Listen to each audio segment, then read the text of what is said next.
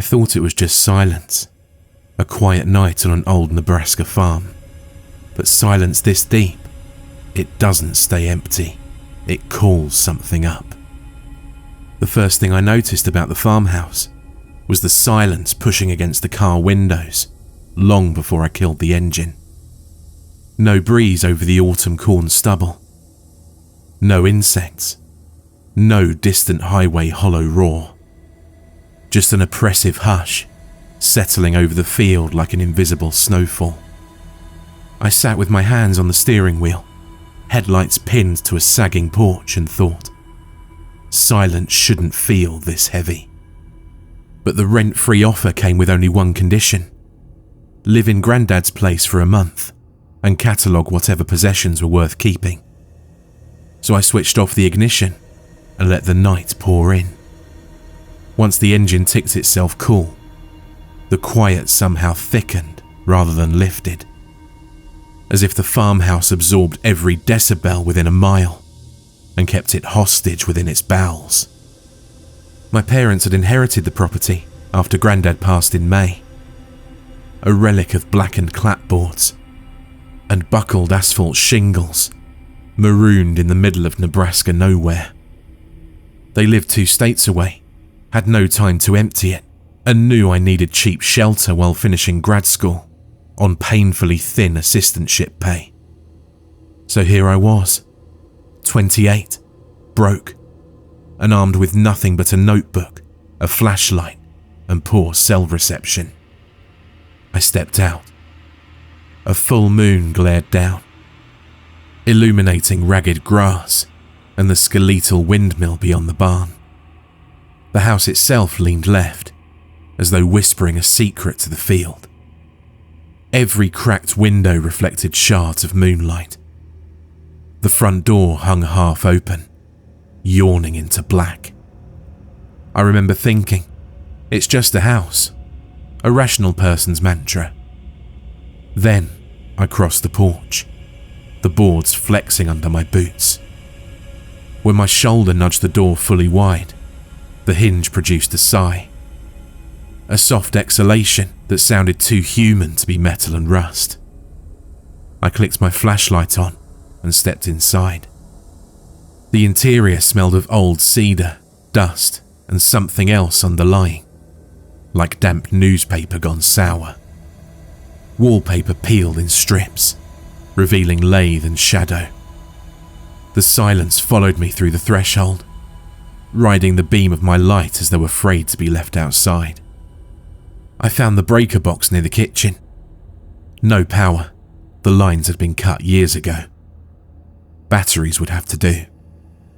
My phone clung to one flickering bar of signal, just enough to text my mother. Made it. House still stands. Call you tomorrow. The message spun, pending, then failed. I shrugged it off. Upstairs, I chose the bedroom with the least mildew stench and unrolled my sleeping bag on a mattress so concave it felt like a giant palm waiting to close. I opened the window to vent the mustiness. A breeze should have moved the curtains, but there was none. The air outside remained dead still. Eventually, I slept. At 2:19 a.m, I woke, unsure why. The house creaked, normal for an old place cooling at night.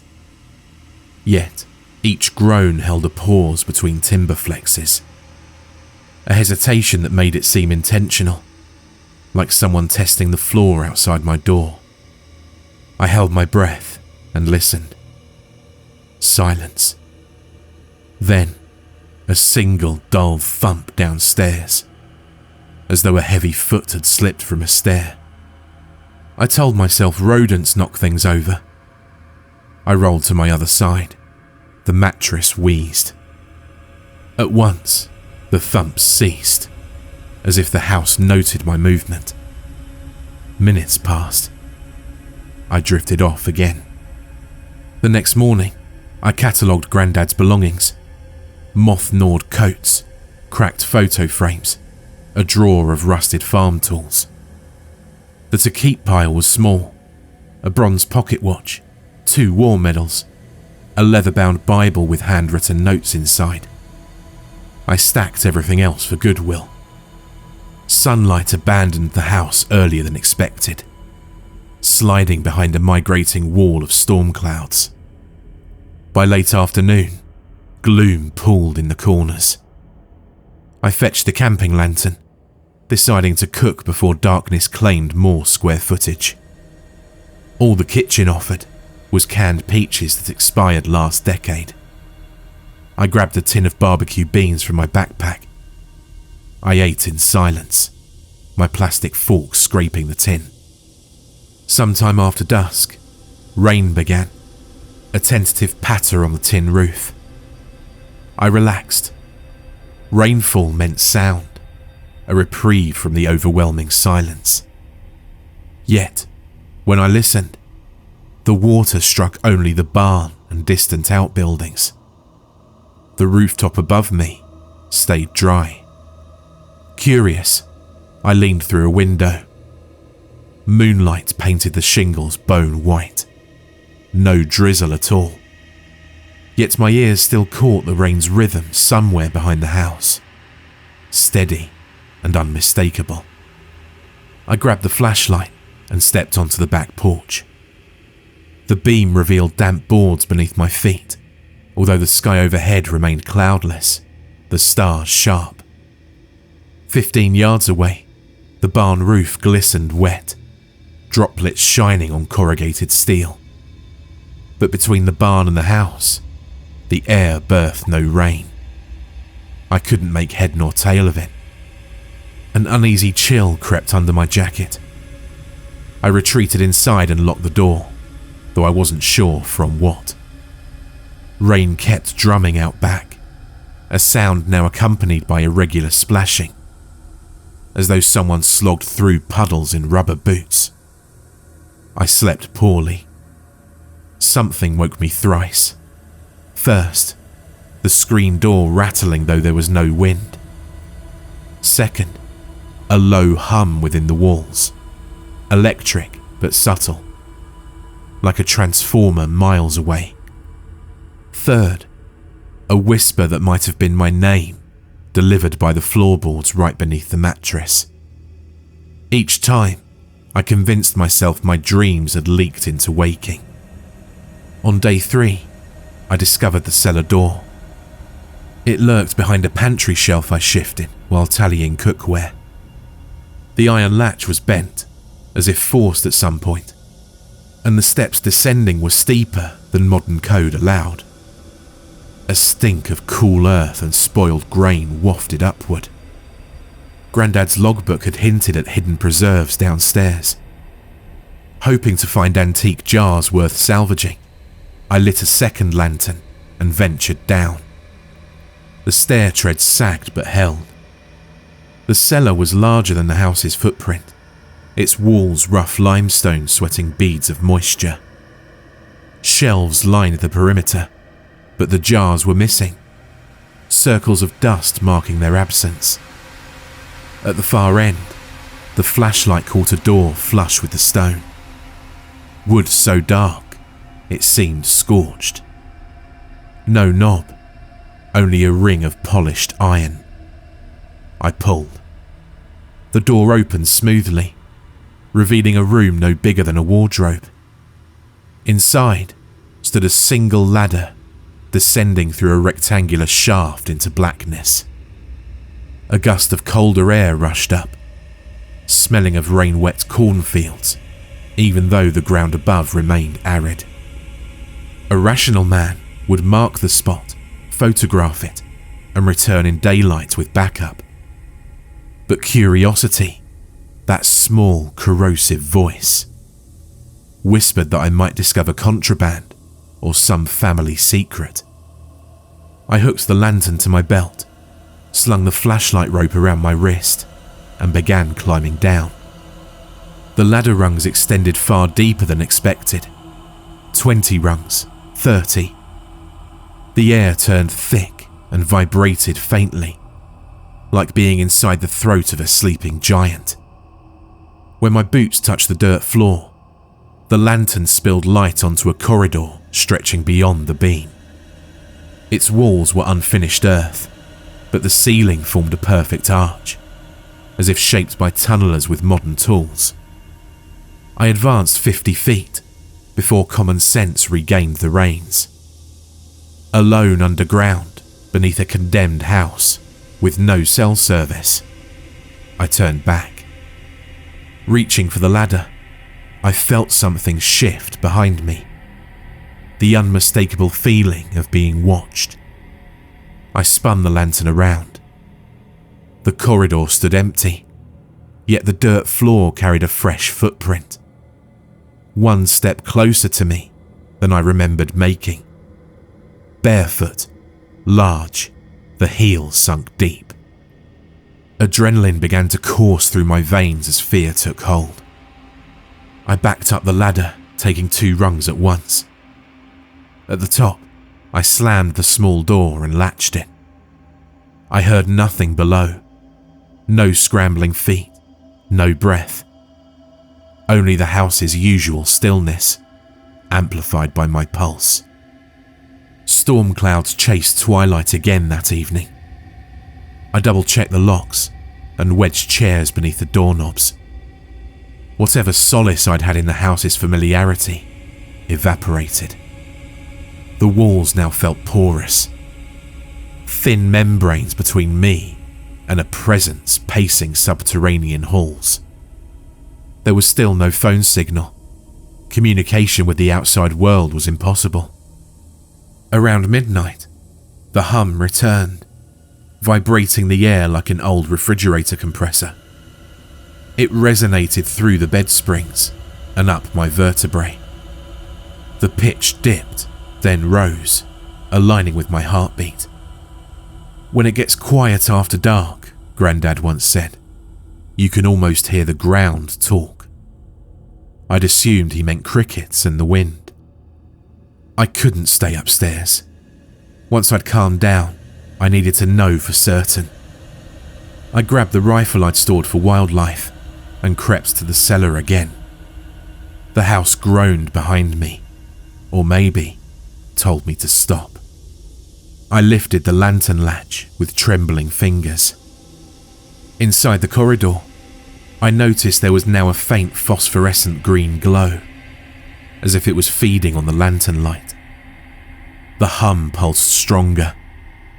I moved faster, following the earthen hall until it opened into a chamber the size of a silo. The ceiling tapered into darkness. In the center stood a stone pedestal supporting an old mason jar, one of Grandad's missing preserves. Its lid had rusted through. Inside, black liquid sloshed like tar. The hum emanated from the jar. That didn't sound right to me, but it did. Each pulse sent ripples across the tar surface, even though the air remained still. I leaned in. The liquid reflected the glow of the lantern, showing my face, but inverted. Except, the eyes in the reflection weren't mine. The pupils stretched vertically. The irises were pale silver. I sensed a flicker of movement behind me. I spun around with my rifle held up in the air with shaking hands. When I turned back, the jar was broken. The tar spilled onto the floor. There was no sound to be heard, just fresh streaks leading up to the chamber wall and up, defying gravity, disappearing into cracks between stones. My nerve ran out, and I ran. The glow of the beams intensified as I passed them, throbbing like exit signs at the end of a nightmare. When I reached the ladder, the hum filled my lungs deep inside, making each breath vibrate. I shot up the rungs, burst into the cellar, and slammed the hatch. Silence. But not empty silence. The farmhouse, quiet after dark, now felt cluttered, inhabited by unseen entities.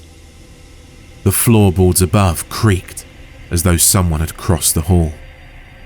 I braced the cellar door with a table. Then I realised whatever escaped didn't need doors or ladders. It could seep through the wood like smoke. I raced upstairs to the bedroom and locked myself in. I ratcheted the rifle, loading it. The quiet outside thickened until my eardrums rang. Then came a new sound. Rain on the roof at last, or so I thought. I cracked the window. Again, the sky was clear. Upon closer inspection, the patter emanated from inside the walls, trickling along the wooden beams, dripping onto the attic floorboards. Minutes later, viscous tar seeped through the ceiling cracks above the bed, gelatinous droplets hitting the sheets with wet ticks. Each drop extinguished moonlight where it landed, leaving impossibly dark spots. It was as though it absorbed the light around it. They widened, merging into a shadow puddle that bulged, birthing bulges rising like knuckles beneath a black cloth. I fired once. The gun's roar shattered the hush. To my surprise, the tar recoiled, writhing violently. The droplets on the sheets twitched, forming shapes akin to letters, although I couldn't make out the words. The haze of gunpowder hung in the air, but the tar reassembled before my eyes, rising into a human-sized silhouette devoid of features, its edges feathering into strands, like oil in water. A voice spoke without a mouth, vibrating floor and bone alike. "Silence bore us. Your breath fed us." I backed to the door, clawing at the lock. The shape took a step towards me. Its footprints burned black onto the floorboards as it went. I escaped the room and barreled downstairs to the front porch. The cornfields under moonlight rustled, although I couldn't feel any breeze. Stalks of dry grass bending towards the house, like rows of spectators leaning in for a better view. I couldn't take it anymore. I felt around in my jacket pockets in desperation. Luckily, I had my truck keys on me. Without hesitation, I sprinted to the truck and turned the ignition.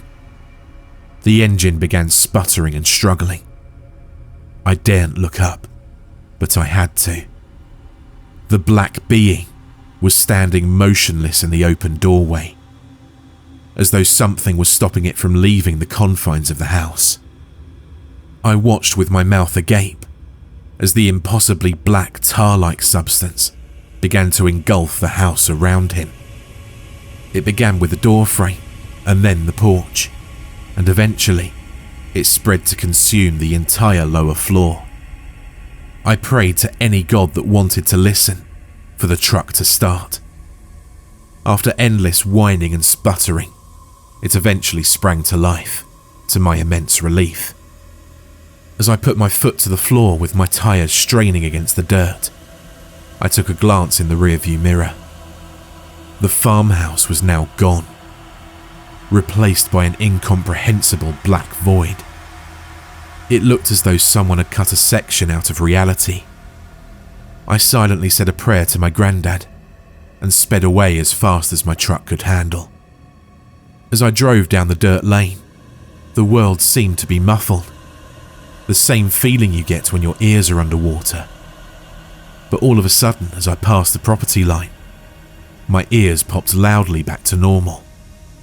It defies all explanation to this day. I didn't stop driving until sunrise. I didn't know what else to do. At a local gas station, I called my parents. I told them I'd failed, that something terrible had happened at the farmhouse. However, my father seemed to be confused about the whole thing. "Dad, listen to me," I panted into the payphone receiver, my palms slick with pump handle gasoline. The whole house, Grandad's house, collapsed into some kind of void. Everything's gone. Static crackled, then my father's baffled voice. What house, Rob? Grandad's place in Nebraska. The one that you and Mum inherited. A pause long enough for my heartbeat to count to 10. Rob, your grandfather lived his whole life in Arizona. He never owned land in Nebraska. He died when you were 6. You remember the desert funeral. We scattered his ashes around Flagstaff. Cold slid down my spine. That's impossible.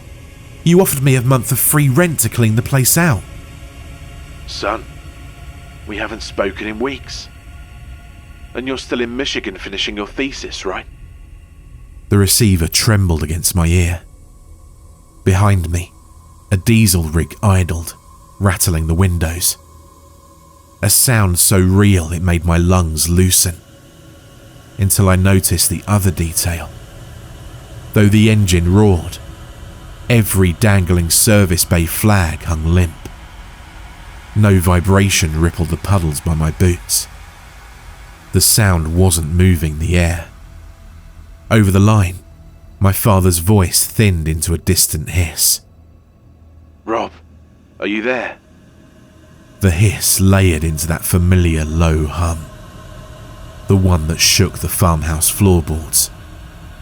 A second voice merged with his. Silence bore us. Your breath fed us. I dropped the phone. The rig's growl cut mid-note. The pump stopped ticking. Conversation inside the mini-mart froze in mid-syllable. The clerk's open mouth held an unspoken word. A hush foamed outward across the parking lot, swallowing each sound whole. In the convex mirror above the pumps, my reflection wavered. My pupils had gone narrow and silver. A smear of darkness clung to my collar, sinking into the fabric like ink into blotter paper. I slapped at it. My hand came away clean, but a splotch appeared on the concrete where no shadow should fall. Widening. Waiting. The farmhouse hadn't trapped the thing. It had been its gate. And it never cared about walls or addresses. Only about finding someone to carry the silence past the property line. Miles of open road stretched ahead, humming faintly with the last noise of a waking world. Behind me, the station lights flickered, extinguished one by one in a spreading eclipse. I understood then what the entity had written in tar letters on the bedsheets. Houses are just mouths. Travellers are the tongues. When it gets quiet after dark, something always speaks next. And this time, my voice would be the first syllable.